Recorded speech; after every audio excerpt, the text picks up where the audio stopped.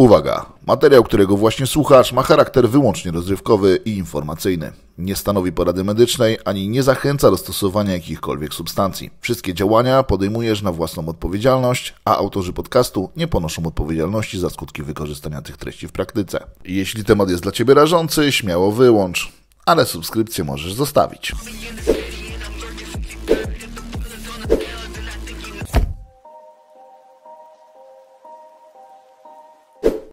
Hello everyone and welcome in another English one. Today's guest is Dr. Dean Said Martin. Hello, sir. Thank you very much, David. It's a pleasure to be on your podcast. Oh, it's a pleasure that you find time to even hop on because that one was a huge one for me, especially that I wanted to invite you for a long period of time, but I was just searching for the right topic and here we are. In today's society, everyone talks about mitochondria upregulation and the function of mitochondria and everything that comes around that topic. And you're the one, as I said briefly right before I hit the record button, that you are one who are actually using those kind of stops that's upregulating the mitochondria during your prep. That's why I thought that it would be great that someone like you was going to bring us this topic of mitochondrial upregulation a little bit closer. You says that is fine with you, so I'm going to just shoot you with a bunch of random questions that's probably most of people still not going to understand even on a 10% because this topic is quite advanced, but I know that with your knowledge you can bring it up with as easier as it's possible just because you understand it very well. So first of all, what actually are the mitochondria and what role do they play in our body? Because this is something that we have to cover first, then we can move into the next topics. So the mitochondria are basically a very basic definition. The powerhouses of our body is what they're quite often called, or how I view them are little batteries that produce energy for us. So every cell of our body has mitochondria, and what we believe is that they are a symbiotic component of our cells. So they're potentially bacterial derived, and as we've evolved, we've incorporated these structures into our body where we feed them substrates like glucose and fatty acids, and in turn they produce ATP, energy for us. But that's not all. I guess that's not all that they do. Quite often people forget that the mitochondria also produce our hormones, and they also produce our neurotransmitters. So it's not just that they create our energy, they create quite a lot of very important things in our body, like the precursors to our sex hormones, and also our catecholamines like dopamine, one of our main neurotransmitters to help with motivation, mood regulation, and everything else. So when we encounter potential dysfunction, or they don't work as well as they should, or we don't have enough of them, then we might start to see issues with our daily energy, our mood, our ability to lose body fat or use body fat for energy. And I guess over the last 3 or 4 years, I've become quite interested or fascinated with them as something that we've probably ignored for quite a period of time within the bodybuilding sphere or fitness industry, as being a key critical thing to keep happy within our body when it comes to bodybuilding competitions or even off-season settings, so that we're utilizing the foods that we're ingesting appropriately to create the right amount of energy, to help with our hormone turnover, whether we're natural or even enhanced. And so the whole fascination, I guess, turned into a practical application last year with my own bodybuilding prep, where I realized that when you sort of leverage your mitochondria, whether that's making them more efficient or increasing the density, improving the number of mitochondria inside your cells, that you start to see quite profound effects over onto your your physical appearance. So on one side, for example, if your mitochondria aren't operating as efficiently as they should be, you're going to see changes in your energy balance. So when we're looking at someone who is ingesting low calories over a low period of time, that model of calories in versus calories out is correct. So if we have more calories than we require, we're going to be in a surplus and we're going to gain body fat or gain body weight. But the other side of it is quite often that energy balance can be dictated by the energy demand of the mitochondria. So when someone's getting down to a very low calorie point in a bodybuilding prep, we have this sort of metabolic efficiency where your body adapts to that calorie load. And so your energy balance or your energy deficit could be quite low or quite small in terms of the margin of what you have to lose body fat from. And historically, people would have done this naturally by trying to eat as much food as possible in the off season to get their calorie set point for maintenance as high as possible, and then change by small amounts to create that energy deficit. But that energy deficit, from my perspective, is all dictated by your hormone balance, so your thyroid hormones, your sex hormones, but also how efficient the mitochondria have become to utilize things like glucose and fatty acids to produce ATP. So when we view that in mind, you then start to completely rechange how we view the dynamics of surpluses and deficits within bodybuilding. And obviously, one of the big things that has been discussed over the last probably year is what is exactly a surplus when it comes to gaining muscle tissue.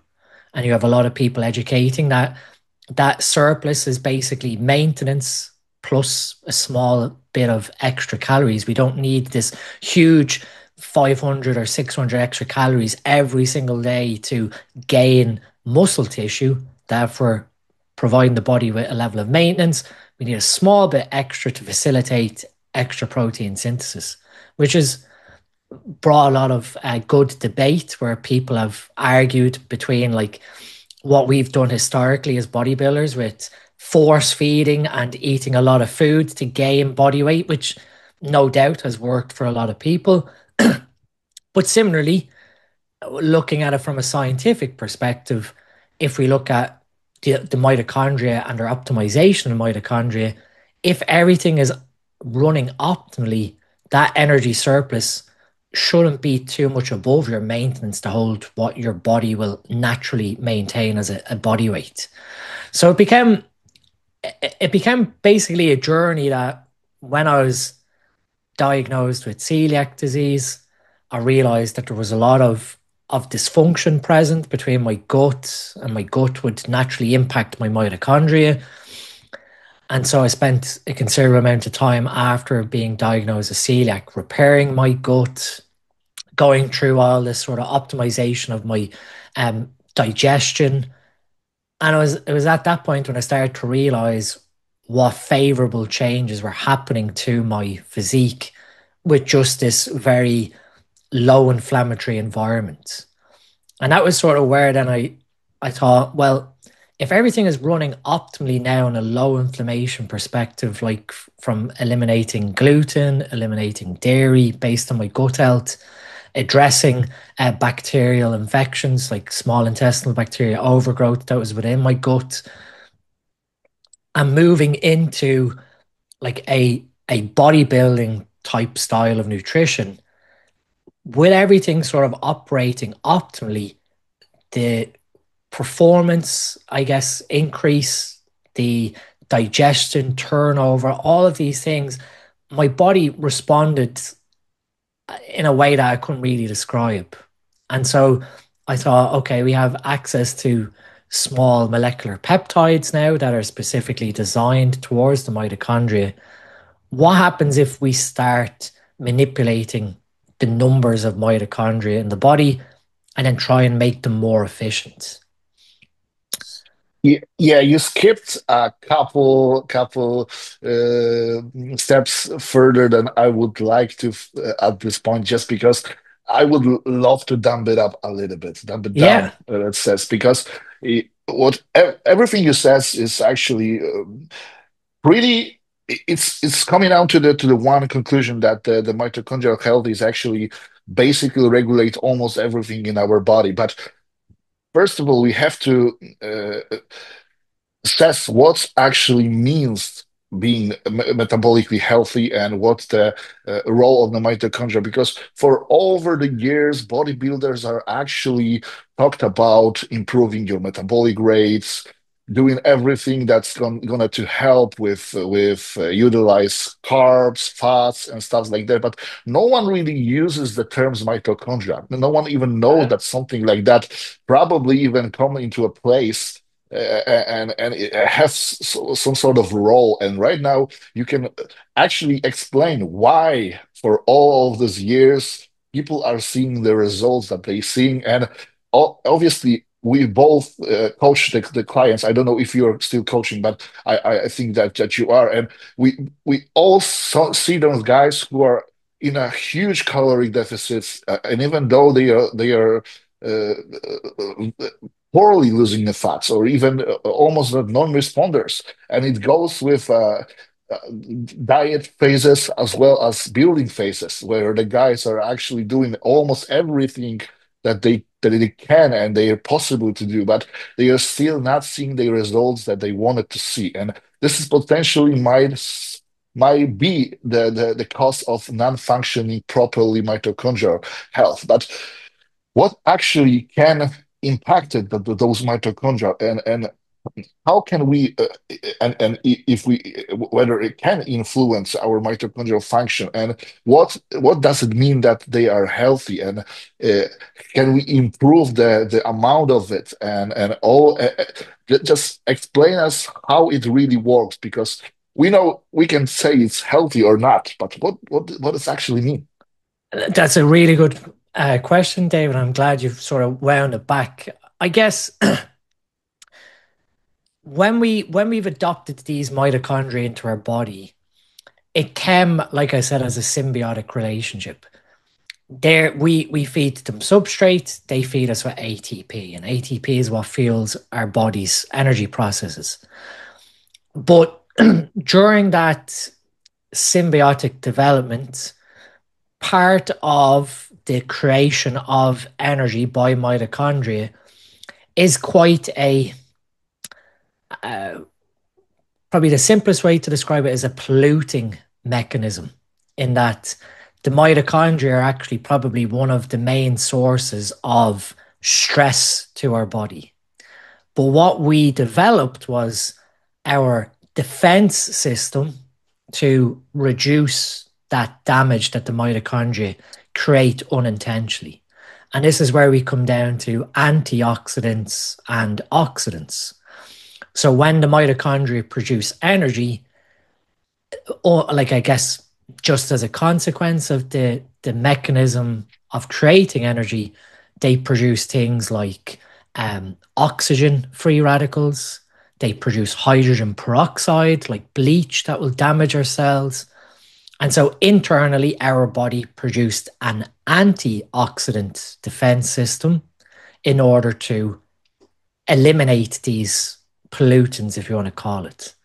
So as we're making energy within the mitochondria, unknowingly they are in theory poisoning our body, but we're unpoisoning or giving the antidote with antioxidants like coenzyme Q10, glutathione, and obviously people then will eat good nutrition in terms of like their vegetables, their micronutrients, the phytochemicals. And what we're doing is providing these antioxidants that effectively put out these fires that the mitochondria are creating, just naturally as a consequence of energy creation. And so people probably have heard of the term oxidative stress, which basically means that you don't have enough antioxidants to handle the oxidant load of the body. And on top of the mitochondria, the main internal oxidants of our body are glucose and iron also. So we're having to manage glucose levels, our iron levels, and what's going on inside the mitochondria to keep that internal healthy balance. If we end up with oxidative stress, well, then the first place that's going to get damaged by the oxidants are the mitochondria. They've made the oxidant inside them. We have enzymes inside our cells to help them deal with these oxidants. But slowly over time, if we have this oxidative stress, the efficiency of the mitochondria inside the cell will get worse. And so the mitochondria are quite special in that they have two membrane systems. So membrane is just the inner coating of the cell. And what we might find over time is the inner membranes of the mitochondria can become affected, again, making them less efficient at bringing things inside them to create energy. And so I guess there's a lot of things that play into it, but like you've pointed out from a basic perspective, if we have exposure to pollution in our environment, whether that is your house, driving your car, walking outside, the food you're eating, and that is depleting your antioxidants, you're removing a level of those that would be used by the mitochondria to keep themselves healthy. And what is slowly becoming apparent within like science and the scientific literature is that a lot of the mechanisms of disease are stemming from mitochondria dysfunction. So the beginning point of disease is the mitochondria become inefficient or damaged. That affects our energy production. Your energy production knocks on to how your body can repair itself or rebuild itself. And it just becomes a spiral in terms of then you have inefficient mitochondria, less energy being made, less hormones or neurotransmitters being made. There's just this whole cascade from one simple change to the mitochondria. Historically, like even bodybuilding and fitness athletes have probably unknowingly improved their metabolic health in that high intensity exercise is a mechanism to induce the creation of more mitochondria. So mitochondria biogenesis. So when we do high intensity cardio, high intensity exercise, you induce the genetics that create more mitochondria. And obviously that's an adaptive process to fuel the body, so create more energy to help with that energy demand, but also to improve, I guess, the overall aerobic or anaerobic capacity of the body to exercise as well. So we can delve into, there's a lot of science that like high intensity sprints will improve the mitochondria numbers in your legs, just as an adaptation to allow you to do high intensity exercise at a high capacity. Obviously, what I was saying before, then you have maybe supplements or certain nutritional strategies or even peptides that can play off that chemistry to either improve the number of the mitochondria or improve how well they work. Okay, so you basically the mechanism of is working through the exercises like a MOTS mimetic type of yeah, because we are producing the MOTS in our bodies during the vital activities, let's say it like that. So this is the I've like to bring it up just because most people know how the MOTS is working, but they don't know that we are actually making it in our bodies if we are training hard enough. So this is like something that could really improve. So let's start then on how to improve our mitochondrial function by our lifestyle choices, because you says that everything actually that's around us might destroy our mitochondria through the oxidative stress because of the environment, because of the food we eat, because of the lack of activities, and probably potentially stress or being overstressed and in a stress environment that's constant, not like a stress we saw 2000s or even longer time ago when the people were chasing by like the lions and stuff like that. But the stress that never ends, like a stress related work or even a bad relationship or stuff like that, that all could impact it. But if you can bring it down to the basic stuff that people can actually start with when it comes to the mitochondrial upregulations. Let's say that I cannot afford any subs, I cannot afford any peptides or small molecules that I can ingest into my body to help with that. What can I do actually to improve my well-being? It's a really good question. I guess if we look at a very basic level of what we could do to improve like mitochondrial function in the body, is to look at our carbohydrate intake of our nutrition.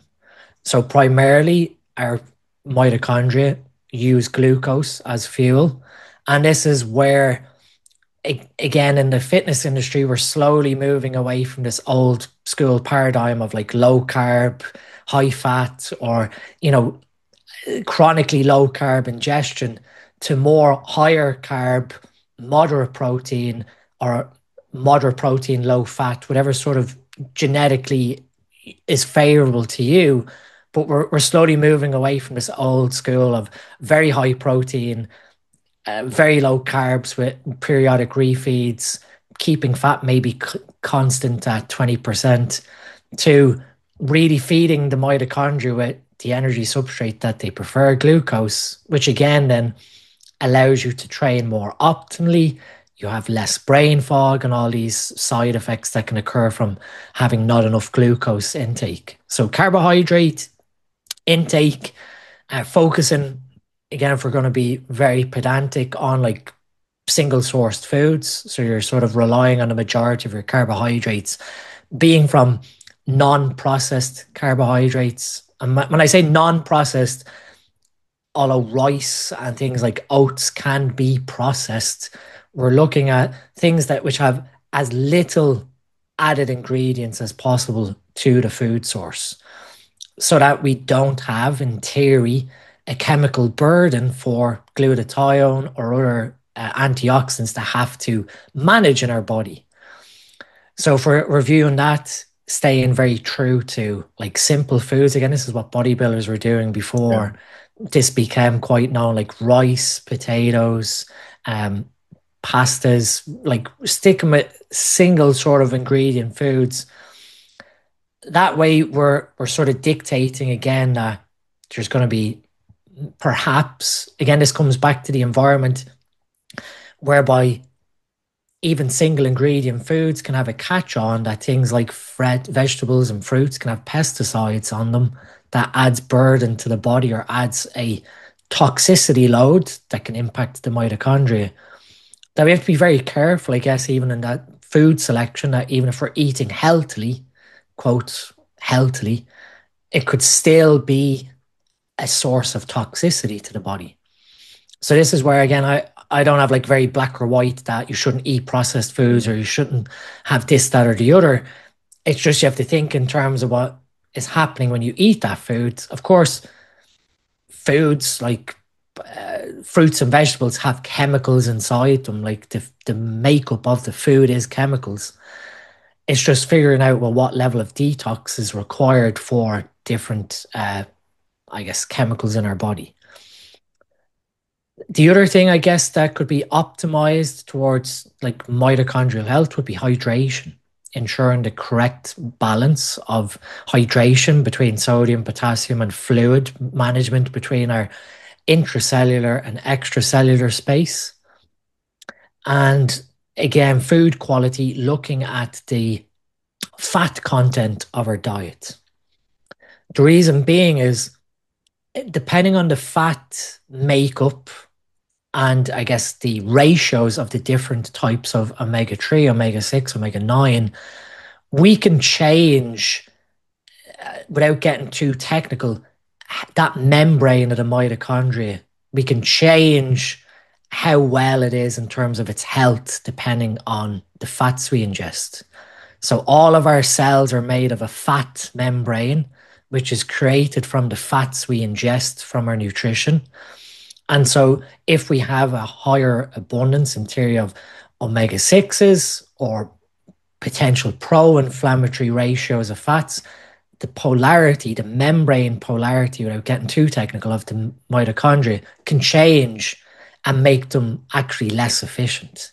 So our food choices, without going near supplements or anything fancy, like basic nutrition from a whole food perspective would always be like your first point. Even from like a supplement perspective, it should always be food first, supplements later, depending on the food quality.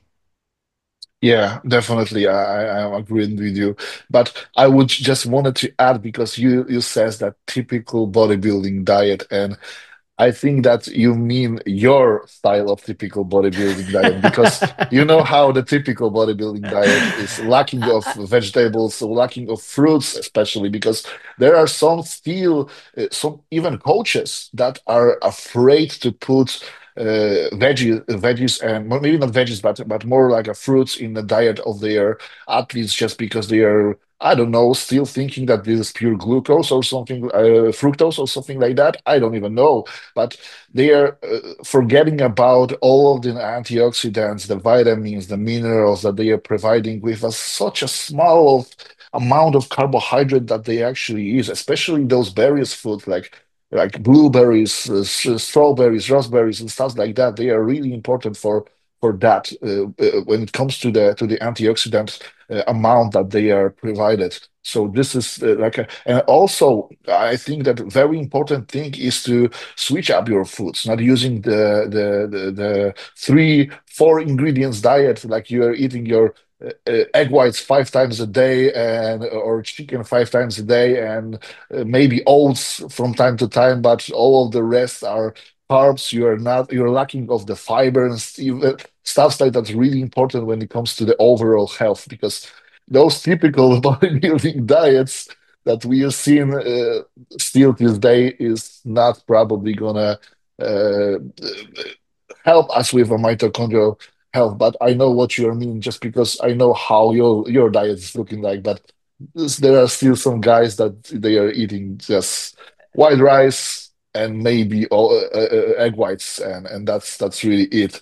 So if we cover up the basics, I think that we can move up a little bit into the supplements, just because the supplements are actually really important when it comes to the next topic, which are going to be peptides and all the small amino acids stuff and small like molecules that we can adjust into our bodies to help out with mitochondrial. But those supplements are gonna help us to eat, or not even help us, but allows us to use those peptides just because, like you says, when we have the properly working mitochondria, they can actually either build us or destroy us.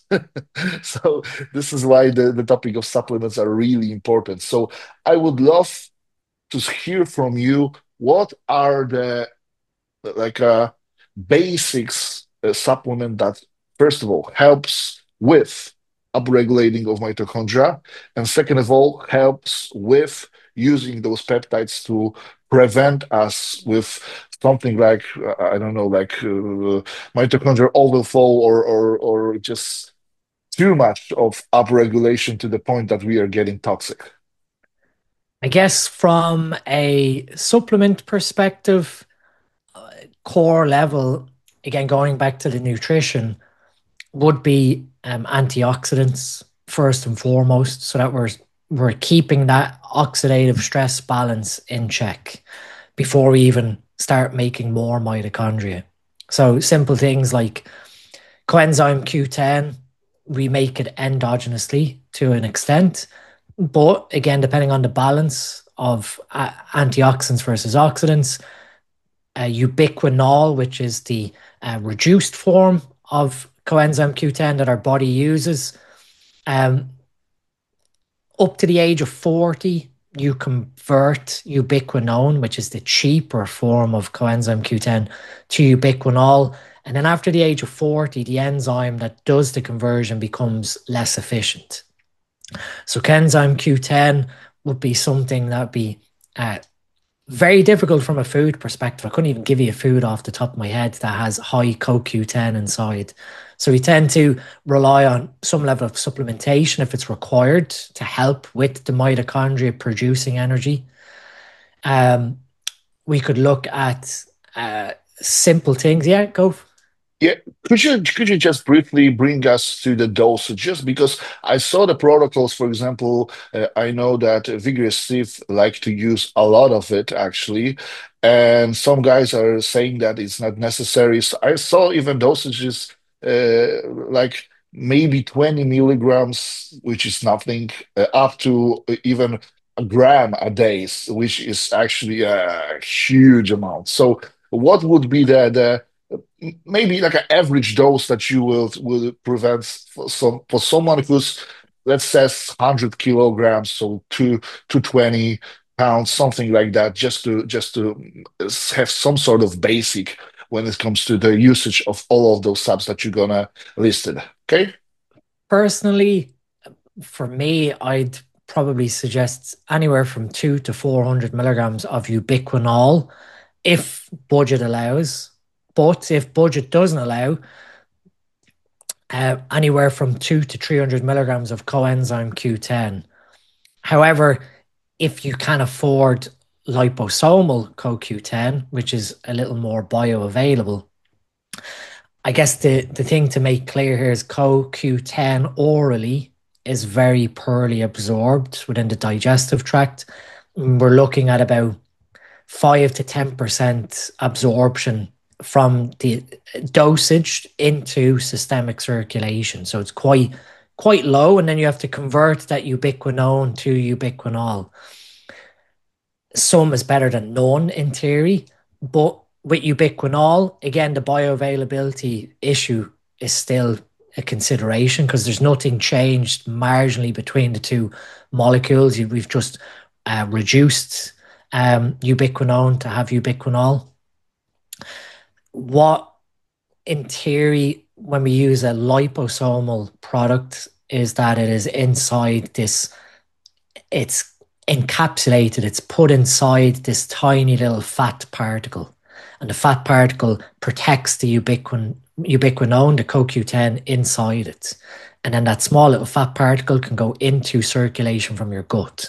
So the bioavailability is much, much higher. It's about 90, 95%. And that was something that we developed with Supplement Needs in a lab, ubiquinone liposomal product. So dosages, yeah, I've seen anti-aging protocols where elderly people take anywhere from 500 milligrams to 1,000 milligrams of ubiquinol. Um, Again, cost comes into it is quite, if you're buying like trademarked quality Kaneka ubiquinol for normally it's 100 milligram soft gel capsules, you're looking at about um, euro wise, about 55 euro, and pounds like sterling, about 40 pounds. So it's quite an expensive supplement. And if you're taking high dosages, that adds up quite quickly. I guess in the overall scheme of it, what you're doing there is you're providing the mitochondria with a critical nutrient that is involved in the middle of the chain that makes energy for us. So if we don't have enough ubiquinone or ubiquinol, the energy chain, which is called the electron transport chain, the middle part of that whole complex relies on ubiquinone. So our energy output can be reduced from that aspect. So a lot of people find when they take coenzyme Q10, let alone like the benefits that are sold to women cosmetically in terms of skin health and everything, that skin health is coming from reduced oxidative stress. And if we think about it, things like wrinkles, where we've lost elasticity of the skin, stems from potential oxidative stress that has occurred inside the skin, which is transferred over to loss of elastin, which is what helps our skin have elasticity, and the lowered production of collagen. So we're coming back to that antioxidant part that stems from potentially UV damage of the skin cells, but inside the skin cells are mitochondria. So you have to start thinking deeper and deeper into the cell rather than your skin's getting damaged by the sunlight. Well, what is actually happening inside the cell? So the antioxidants, again, we can sort of circumvent some of that with nutrition, making sure that we are getting adequate cysteine or sulfur sources from our nutrition with cruciferous vegetables to help with glutathione synthesis in the body. So our body's quite remarkable in that we recycle amino acids to produce glutathione. So glutamic acid, glycine, and cysteine are pieced together, and that's what glutathione is. So glutathione is probably the simplest protective peptide in our body.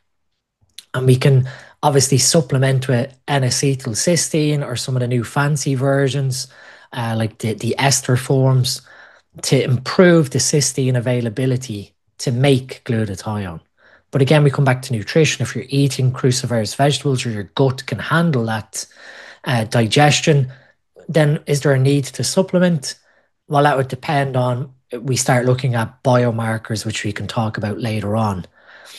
With other supplements, people have probably heard of PQQ. And if they haven't, PQQ, without going down the big, massive chemical name of it, it's basically what we consider a vitamin, but it's not exactly a vitamin in that our body doesn't necessarily require it, but it has vitamin-like effects.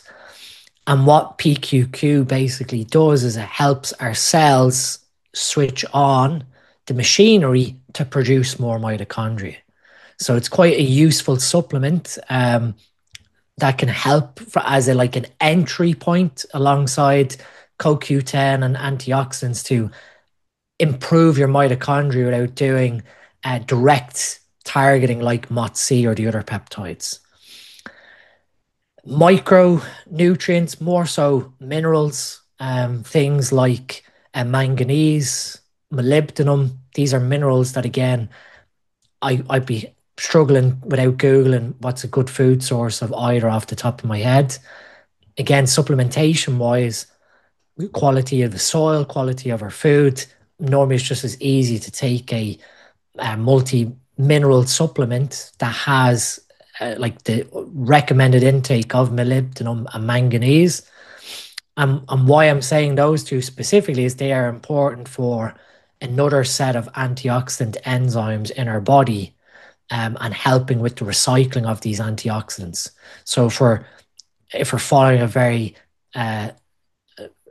nutrient deficient diet where it's very basic and bland, we might be lacking in these minerals that help with these antioxidant enzymes. Then I guess more targeted therapies like supplements, and if we're even going to move into like injectable based supplements, when people look at things like nicotinamide mononucleotide like NMN or nicotinamide riboside NR, these are all vitamin B3 variants. So how we produce NAD in our body starts with vitamin B3. One of the simplest ways to help produce NAD, which is what helps our mitochondria in the first step produce energy, is by having adequate vitamin B3 intake. Or supplementing with niacin or nicotinamide or nicotinic acid, whatever form suits you best.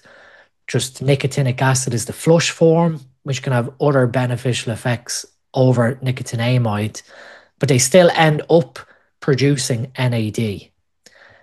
If you want to be more fancy, you can take these direct precursors like NMN or NR, which are 1 or 2 steps away from NAD production in our body. But again, it's cost. They're quite expensive.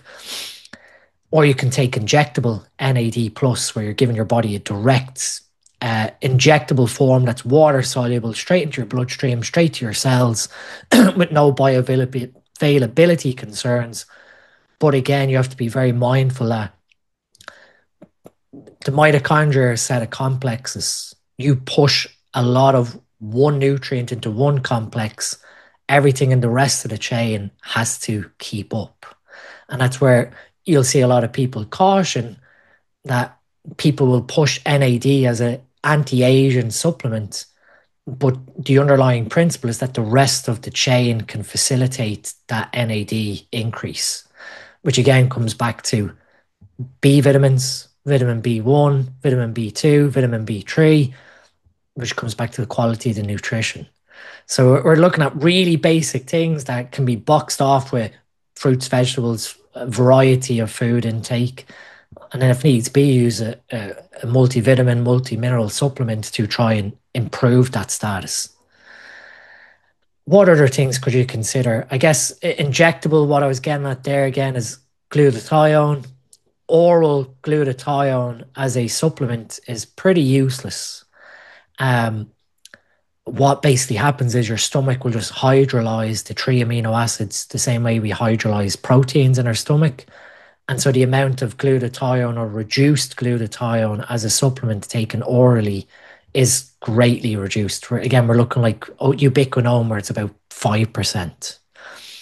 That's where you might have someone again take a liposomal product or inject glutathione directly. But glutathione, it was used, I guess, medically or cosmetically as a bleaching agent. So high doses of glutathione will lighten your skin color.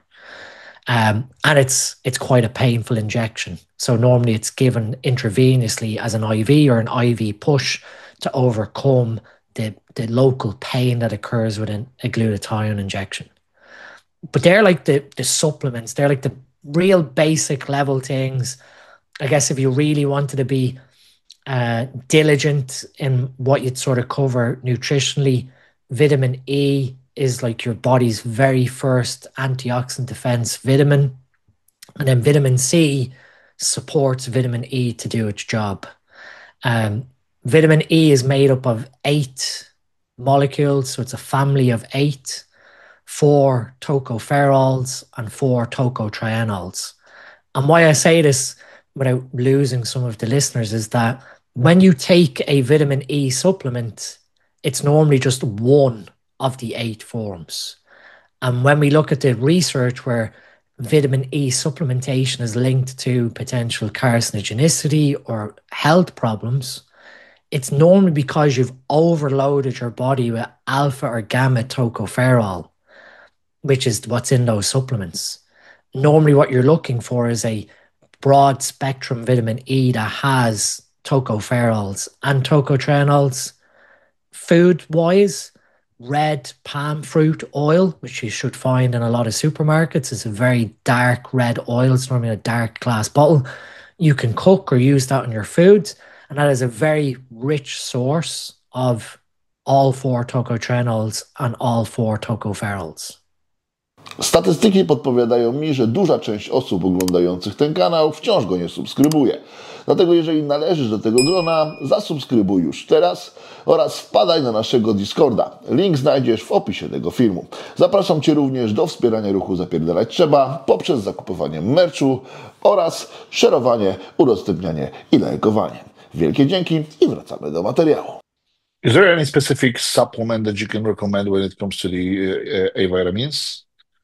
So E-vitamins? with the E vitamins, if you can look for an ingredient called Evnol, this is the trademarked version of palm fruit extract, red palm fruit extract. We use it in Heart Stack.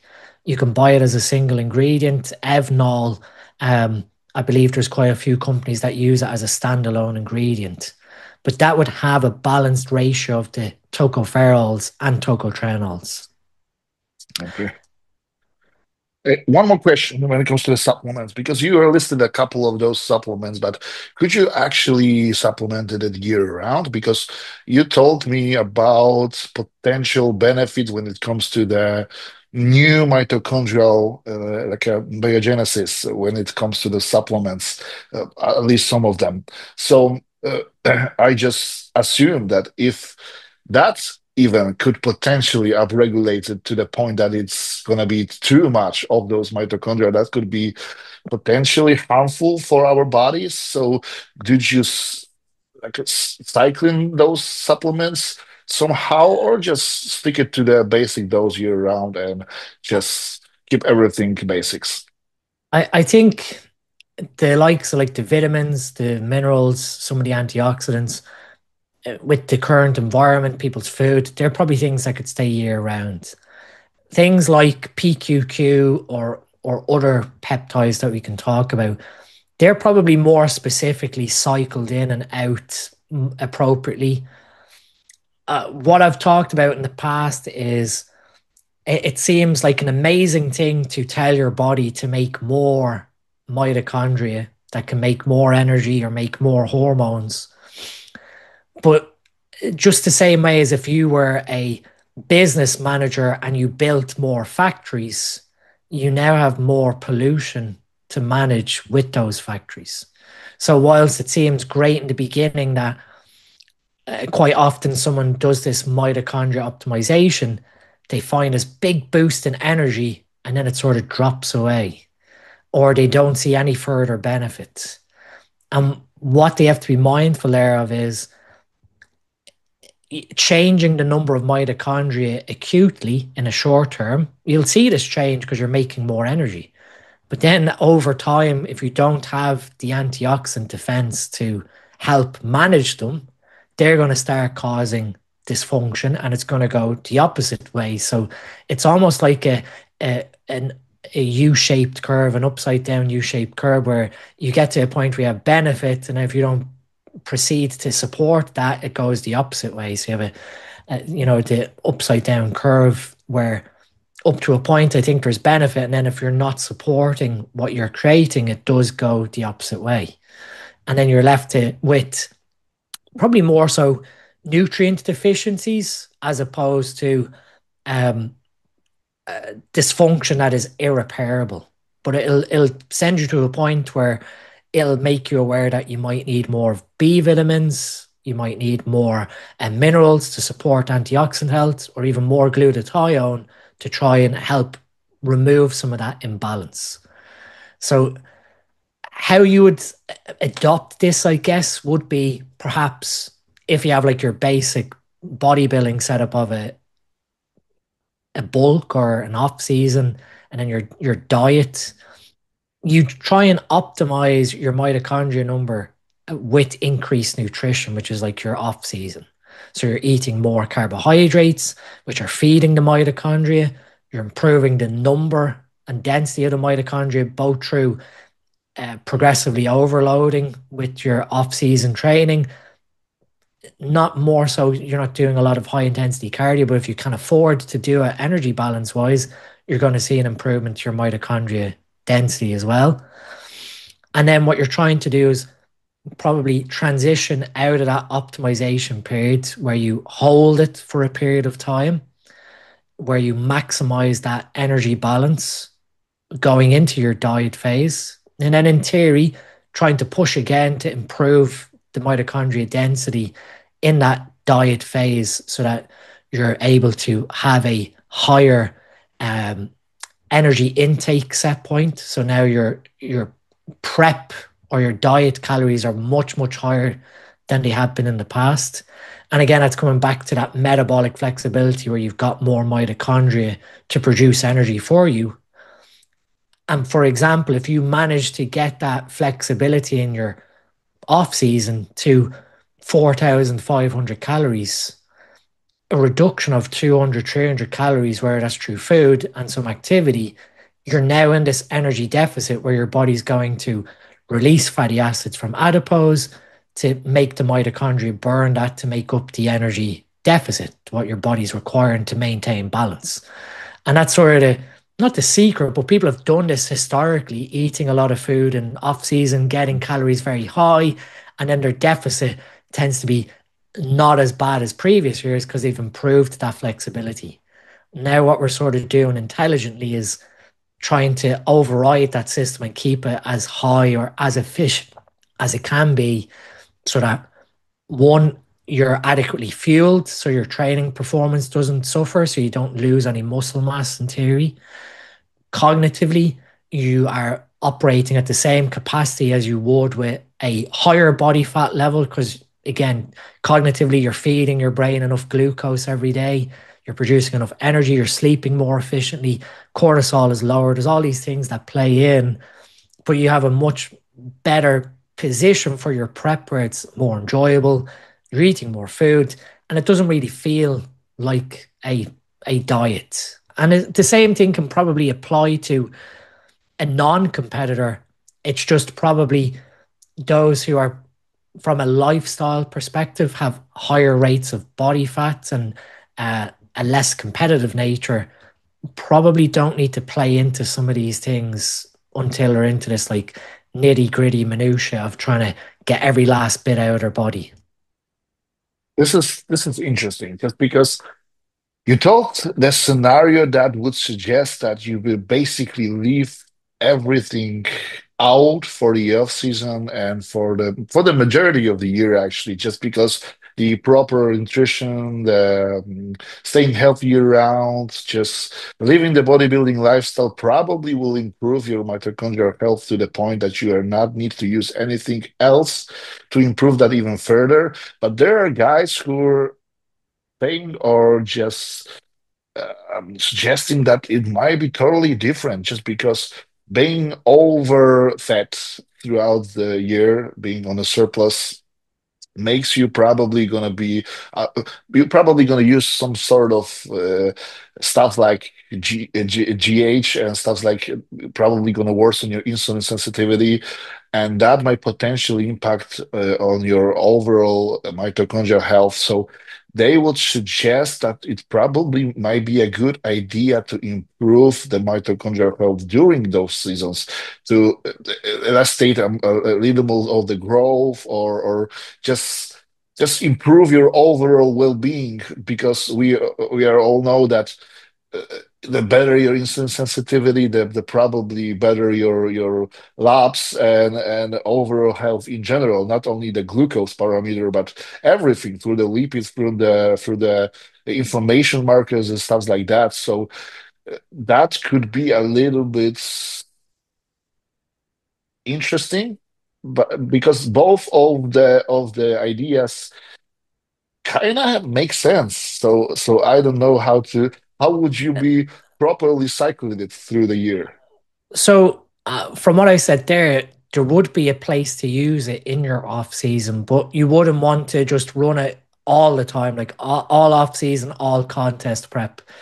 And but like you said there are a lot of things to consider, that when you're in a when you're enhanced, you have obviously optimized hormones or more efficient hormones, which again is more cellular turnover, creating more proteins, which again is an energy demand on the body. You also have growth hormone, which will improve, in theory, lipolysis, so you're releasing more fatty acids, which the mitochondria may use more favorably for energy, or could worsen insulin sensitivity, like you said, where you've got too many fatty acids in the bloodstream that impairs insulin's receptor function, but also fat transport, the carnitine transport into the cell. Um, and also higher rates of lipolysis, or more so fatty acid oxidation, so burning the fat. I guess that's an important thing to cover, is lipolysis is releasing fat, but it doesn't mean Uh, you're going to lose fat. And fatty oxidation is using the fat for energy, which gets rid of it from your body. That fatty acid oxidation in the mitochondria can increase, uh, what's the best way to describe it? Probably increase carbon dioxide inside your cell because of respiration. Carbon dioxide can have effects onto the cell's internal structure or internal ability, to sort of acid-base balance, if you want to view it simply. And that can have knock-on effects to the internal cellular health. That if we're constantly driving fatty acid oxidation, we might be causing issues surrounding carbon dioxide. And this is probably one of the paradoxes where when people take growth hormone and they experience insomnia from growth hormone, which isn't uncommon. So you'd think taking growth hormone before bed would improve your sleep. For some people, that increase in carbon dioxide inside your cells, that hypoxia, actually creates probably the best way? It creates an imbalance in their internal chemistry of their body, that they're woken out of their sleep. So their sleep is disrupted. So you have to, like you said there, you have to think very carefully that when you're using these things, again, it goes back to the example of like the factories. The more you make, the more responsible you have to be for managing all of the pollution or potential knock-on that comes from the energy production in the factory. But improving your mitochondria, at the end of the day, they are the guys that are helping facilitate glucose from being used as an energy substrate. So when we're looking at insulin sensitivity, I often try and explain it that insulin is the key for the lock. So insulin opens the insulin receptor, which opens the gate for glucose to come inside the cell. But the cell has to be able to burn glucose, that when we have insulin sensitivity problems, it's more so at a very core level. Again, you're going at the mitochondria.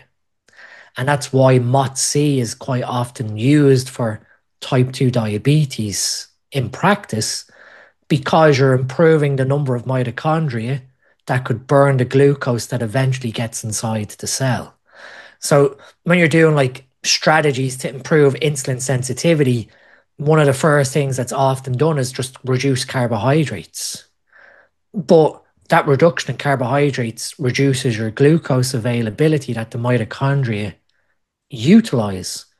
What's probably more important is to, of course, reduce the amount of glucose that's in the bloodstream, but improve the ability of the body to undergo oxidative phosphorylation, undergo the mechanism of energy creation. It's more efficient by improving how the cell uses glucose, which again comes back to the mitochondria. So we're slowly starting to, keep delving down deeper and deeper, that when a potential coach looks at a client's fasting glucose with use of growth hormone or excessive carbohydrate intake, of course, removing the growth hormone will reduce the lipolysis, reduce the fats in the bloodstream, which improves the insulin sensitivity.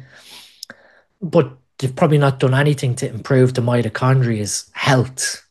So that's where potentially using something like MOTS-c to raise the number of mitochondria temporarily, whilst also understanding your antioxidant intake has to be balanced to it, could reverse some of the detriments that came from that growth hormone use. Yeah. Yeah, this is why I asked, just because most of those agents are actually um, created for those people who are in the obesity states, or have the problems with insulin sensitivity, or just like type 2 diabetes and stuff like that. This is why most of them, I mean, like most that we are using to improve, like MOTS-c, like Sloop, and stuff like that. So this is actually why uh, some people says that probably using those agents are not so much helpful for guys who are metabolically healthy. Probably is going to help a little bit more for those who are actually not so healthy.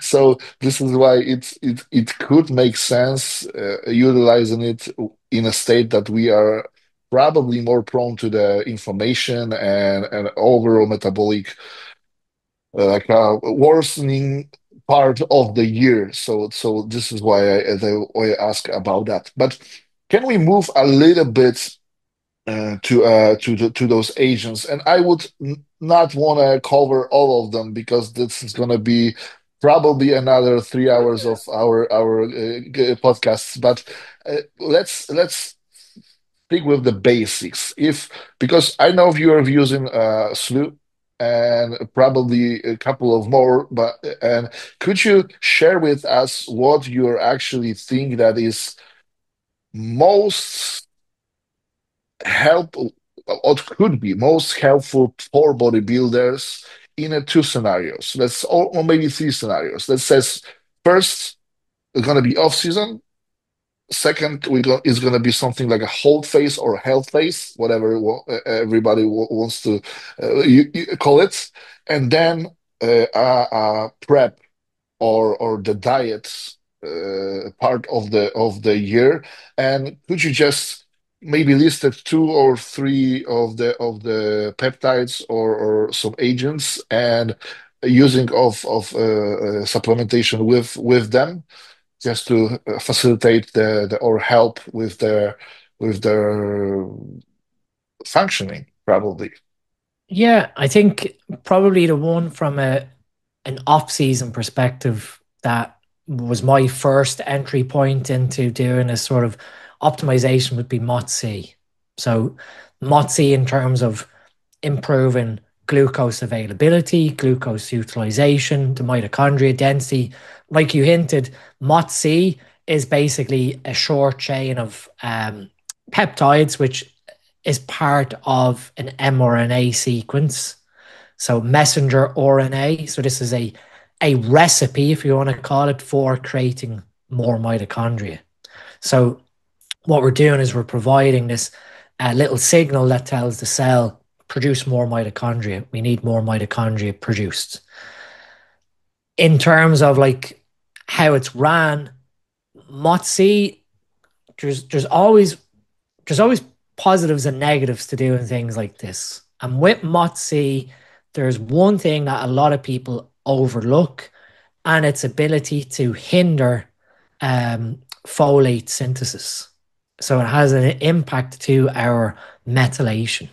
And I don't really want to make this more complicated, but methylation is basically either a process that we do to switch on and off our genetics, or it's a detox reaction for putting a carbon with three hydrogens onto the molecular chemical. MOTS-c will inhibit how we produce folate, which can make us folate deficient, which can have knock-on effects to cardiovascular health, mental health, cognitive health. So one of like the probably core things to consider with MOTS-c is to look at your methylfolate, which is methylated vitamin B9, or methylated folic acid. Folic acid is a synthetic form. And methylated vitamin B12, methylcobalamin, in order to help that folate cycle with this chemical reaction process. That quite often you'll see where someone starts MOTS-c and then they start developing potential mood disturbance, or they start to see issues with energy production because they've interfered with their folate production. And getting enough folate and vitamin B12, the methylated forms from nutrition, again, is quite difficult. You're talking about a lot of leafy green vegetables, which then are converted through an enzymatic reaction to make methylfolate in the body. So MOTS-c would be one that would cover both off-season and your diet phase. I don't think in your health phase, if everything is being held consistently, to me, that sort of health or bridging phase or TRT phase, whatever way it's ran, it's more so a period where digestion and food intake and training quality is more important than looking at where can we bridge supplements. For one thing, you've reduced your androgen load. So in theory, your cellular turnover is a lot lower than the off season. And what you're sort of trying to do there is maintain training performance that when you go back to your prep, when your androgen dose goes up again, the muscle cells that have lost volume from reduced androgen exposure regain that protein again to increase in size. So in that health phase, I probably more so just keep an eye on antioxidants and antioxidant health during your health phase to recover health, if you want to call it that. But during the off season, MOTS-C, SLU, I guess my experience with it was first in a building phase. With SLU, the one caveat that I'll have is we don't know the oral bioavailability of it in humans. And what you're seeing now are people taking milligram dosages, like large milligram dosages, and even injecting SLU, which in theory it's an estrogen-like molecule. It has that phenanthrene structure that you see if you put it beside estradiol. It's relatively similar backbone when you look at the two of them. That when you take SLU orally, how much of it is truly going into systemic circulation after absorption in the gut, first pass through the liver and into circulation. What I think in terms of the availability, taking something orally in a very low dose, 200 to 400 micrograms, when we look at the amount required to, I guess, match what is done from animals to humans, we're looking at milligram dosages. That small dose, given, again, this is my anecdotal experience, it 100% improves metabolic flexibility. Like in terms of your metabolic efficiency, in that keeping detailed notes of nutrition, training, and adding in one thing at a time selectively, this no doubt changed my metabolism very favorably. Where, if anything, I was losing body fat in terms of a recomp while eating like 4,000 calories. So in terms of like where we bring that in one part, it could have its benefits in that off season. If it's improving mitochondrial health. So on one side, it improves the creation of more mitochondria, but on the other side, it helps make them more efficient. So they produce less pollution, less oxidants. That in that environment where androgens are high, potential growth hormone, stress, lifestyle stress, and whatever else, it could be something that could be added on top of MOTS-C, and that's again anecdotally what I did. Are there other things that could be added in on top from a mitochondria perspective? Probably the other class to consider would be like PPAR agonists. Again, there's very few and far between what we have available to us as PPAR agonists. But again, that's improving how the body will utilize fatty acids as an energy source. That commercially, that people can get access to research-wise, MOTS-C, and then potentially SLU from an off-season. When you sort of bridge into the health phase, like I said, you're almost trying to strip away a lot of the things. Androgen exposure, lipolytics, if they're being used towards the end of a push phase. Again, it's sort of paradoxy, doesn't make sense of why you put in lipolytics, but some coaches do. What you're trying to do is reset everything then for the next sort of push, where you're going to take advantage of this high like metabolic rate that's been built or sustained, and then transition into an energy deficit where some food is slightly removed, some activity is increased, where it's steps from NEAT or from structured cardio, and trying to optimize again the functionality of the mitochondria. When it comes to that aspect of the prep, I guess now you've got to manage lipolysis, the fatty acids in your bloodstream, as being a negative that could upset the balance of your fat loss by potentially causing issues with your insulin sensitivity. Although you've reduced your carbohydrates, they could still be technically quite high. That whole health phase is almost a reset of gaining back insulin sensitivity before you do your prep. And that might improve by doing things such as high intensity exercise that I talked about at the beginning of the podcast. High intensity interval training where you're operating at like 80% max heart rate, like Wingate sprints or just spin classes or whatever way you want to do your HIIT cardio. Operating a max heart rate, 80% max heart rate, you're having no choice but to force your mitochondria to output more ATP. So oxidative phosphorylation, the ability of your mitochondria to keep up with that demand dramatically increases. So one of the ways to reset insulin sensitivity, aside from reducing carbohydrates, is very, very high intensity cardio, to the point where the type of cardio where a 10-15 second sprint is all you can sustain before going into a rest period. That also, as a knock-on effect of the biochemistry, improves the number of mitochondria. Or when we're looking at mitochondria being produced in the body, two things can happen. Well, three things actually. One, you can make more mitochondria, which is biogenesis. The second one is mitochondria fusion, which is where a group of mitochondria can fuse together to form bigger mitochondria.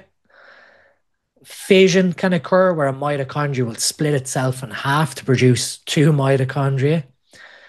Or completely different to that process inside a cell is you can have mitochondria relocation, where the mitochondria move from one area of the body to another. And this is what happens when someone has a heart attack. We've seen this with studies where mitochondria relocate to the heart to try and keep you alive after the heart attack, because of this relocation. To the energy demand on the body to keep the heart alive with a heart attack is so high.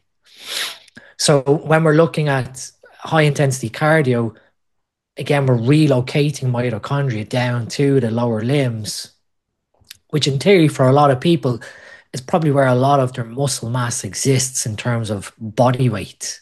So you now have a bigger store of mitochondria in the limbs that are producing more force and more energy requirement. That then aside, going into a prep, you've sort of hopefully with the start of your prep, your food's very high, your insulin sensitivity is greatly improved, you've got good sleep practices, sleep hygiene, your recovery from training is in a really optimal position. Then the whole point of the prep is firstly improving, bringing fatty acids into the cells. So that's got to do with carnitine transport, and obviously that's linked to insulin sensitivity. And then helping to support when the mitochondria burn the fat, keeping them happy in terms of the antioxidant balance. Would something like MOTS-C improve in a prep and SLU?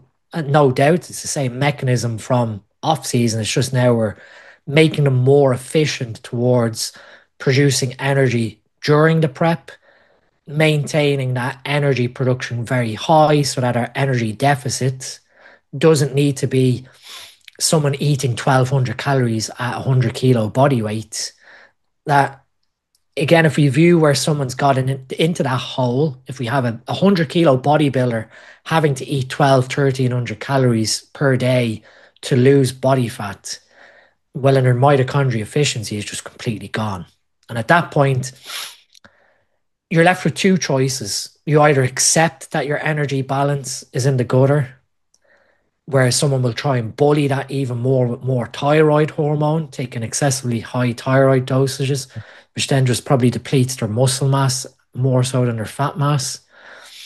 Or they realize that metabolically they've just become so inefficient, whether that's through lifestyle, diet, nutrition, what they've done from an energy perspective, going from that health phase into the diet phase, that they just have to rebuild, quote unquote, their metabolism again, where you pull it and you start building calories up again. That in that scenario, if someone's in that hole where they're at 1200 calories, would I be suggesting like, oh, let's throw in these peptides to improve your mitochondria efficiency? Probably not, because the majority of their energy intake, their cells have probably become so inefficient that they're probably relying on glycolysis on top of oxidative phosphorylation to make energy. And glycolysis, which is the first sort of step of energy metabolism, which can occur in the presence of oxygen or without oxygen, only produces two ATP molecules. Whereas oxidative phosphorylation, the whole energy process in the mitochondria, produces between 30 to 36 ATPs. So you can sort of see the difference in the energy output of the two different systems. That if the mitochondria aren't operating efficiently in an oxidative phosphorylation point of view, you're not making as much energy, or you're not helping to create as much energy. And so your energy balance is going to be quite low. And that's sort of why when you're building the metabolism, you're building oxidative phosphorylation's ability to create ATP. Or that's sort of how I view it. Okay, that was quite extensive. We It is. probably I, most of the guys are shut down during the whole. I guess from a simple perspective, if I haven't lost them, is that it's really important when you go into a prep that first and foremost, carbohydrate intake is maintained as high as possible or as high as tolerated in order to feed the mitochondria glucose. That's keeping your metabolic efficiency quite high. And then it's looking at ways around supporting how you're using up fatty acids to make up the energy deficit. And that's sort of what you're seeing now with people running high carbohydrate diets successfully, whereas old school mentality was put carbohydrates relatively low or do periodic refeeds. The need for a refeed in today's sort of nutrition environment is much lower unless glycogen is being depleted from training intensity. The the whole concept here is maintaining that high food into the prep and not making a knee-jerk reaction where the first step someone would do as soon as they enter prep is let's just cut calories by 1,000. Being patient, giving yourself time with the prep, and trying to assess where is the minimal amount that I need to pull away to create that deficit, whereas food and food or activity, and then supporting the mitochondria underneath it. Yeah, this is why I think that the carb cycling utilization comes into a place because you still want to have those fatty acids present in your diet, maybe on those lower input days, like rest days, just to facilitate all of your of the needs for the fatty acids for your brain, for your hormones and stuff like that, because all of the cells are actually building some sort of lipids, so you need that, but still utilizing as high carb days as you can during at least 4 to 5 days a week, just to keep fueling your energy system. Just to say it a little bit more clearly. Yeah, I was actually when I ask about those health days, I was more thinking about something that Alex Kikl is bringing up to the table because he says that actually using, for example, something like SLU might upregulate your mitochondria to the point that it gets overflowed, and something like SS31 might actually help you with accapulating the mitochondria. So, like basically helps with the electric chain transport because it's going to help um, to structurize. I don't know how to say it in English, but you know what I mean.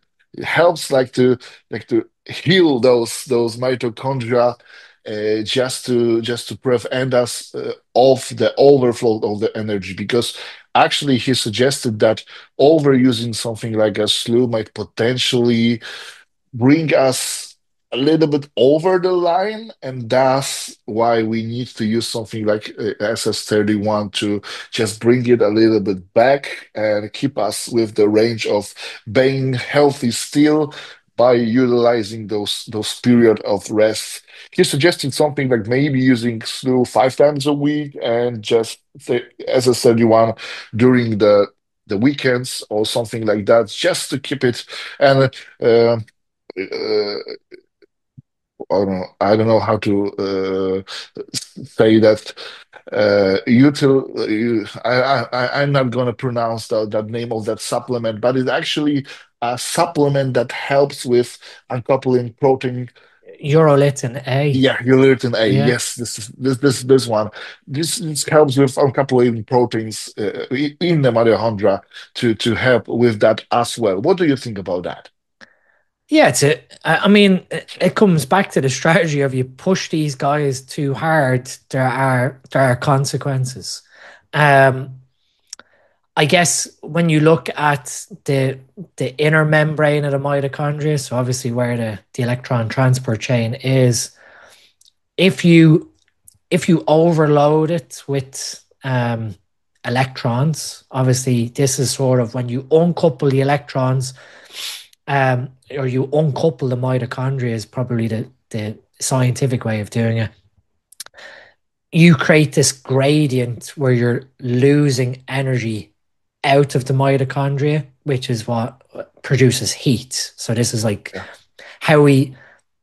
how DNP works or any of the other like mitochondrial uncoupling agents. And so yeah, in theory, you could produce an unfavorable gradient. And then one of the consequences, I guess, is a change in the polarity of the membrane. And that was sort of what I was talking about with the composition of the fats in our diet and that playing into how healthy the membrane of the mitochondria is in the first place. Um, there's merits. I mean, this is again coming back to when I said about the bioavailability of SLU and people injecting it and people taking gram dosages. It's it's in a realm where we have very little data over people who are willing to scientifically experiment. Uh, to me, someone asks me like, "What's the best way?" In my view, there is no best way. People try and say, "Oh, like my stack of SLU, MOTS, methylene blue is like this historical stack." But when I'm brutally honest, that came from my own personal experiment and my own 1 + 1 + 1 and watching the effect. Mm. There was never like, oh, this is the best stack. This is what everyone should use. It's like people see me do something and then it's, oh, I'd like to try that. And if it works for them, it further adds to my own personal hypothesis.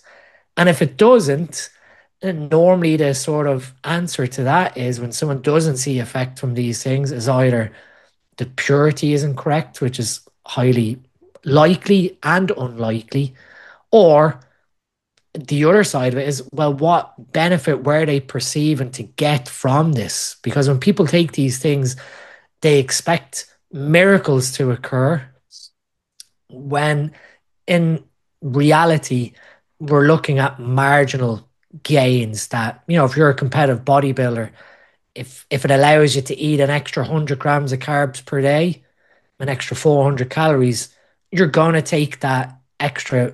400 calories in food than not. And that could be the difference between feeling hungry, flat, training performance. So your expectations of how these things work have to match what you're viewing as happening mechanistically. And then the other Mm. part that could be the sad reality is the mitochondria were never healthy or efficient to begin with. And now you've created more mitochondria that are more inefficient, which has made things worse. Yeah. So it's a fascinating time to be in bodybuilding with everything that is becoming like mainstream research available. But it does come with a lot of, like I've said from the start, a lot of caution. Like even methylene blue has negative consequences that it's not something that you just rush out and start taking. Yeah. And that's why it's important that we keep an open mind and an open discussion. Now, it's not like, oh, one person's right and one person's wrong. It's all collectively feeding into um, hopefully improving people's health outcomes is how I got into it, rather than winning more trophies. And if you win more Yeah. trophies in the process while keeping healthy, that's even more better. Yeah, so to summarize up today's podcast, I would say that probably the best ways to utilize is just to try it out. And probably the best way is to do it one by one and just observe what is going on. And if you start to feel energetic, and then all of a sudden you feel tired, it's probably a good point to just stop it, or just simply remove it, or just decrease the dosage of the stock you use it. So thank you for today, because we are talking for almost, I don't think, 1.5 hours right now, Nice. so probably, yeah, it needs to go. But I am really appreciate that you taking your time, and you share your knowledge with us, because this is something that could be a starting point for those people who are interested in that topic, because this is something that you just simply cannot just watch a one or two podcasts and be an uh, like but probably there are those guys who are actually calling themselves like experts just because they watched your channel, or Alex channel, or even Vigorous Steve channel and stuff like that. But those guys are always somewhere out there, so we are not gonna stop it. But for those who are really wanted to learn, they have something just to start. So thank you for that. And for all of those people who are, for some reason, seeing you for the first time, all of the social media and the platform that you can find Dr. Dean is down below in the description box, as well as his coach to the supplement needs, because he is actually one who created probably all of the supplements out there. So this is a good way for those who are looking for a good supplements out in the UK, especially because I think that you're originally selling it in UK. Probably you are shipping it into whole Europe, but right now with the Brexit, it's probably a little bit pain in the ass to order it. But for those who are in the UK, you can most definitely use it and be probably totally peaceful with them, and not even you don't even look at the ingredient list, because you're probably your health is in a good hands. Let's say it like that. So Appreciate it. yeah, so thank you once again. And for all of those who are sticking with us to the end of the podcast, please share, like, comment, and that's it. Thank you for today. Thank you. Thank you very much, David.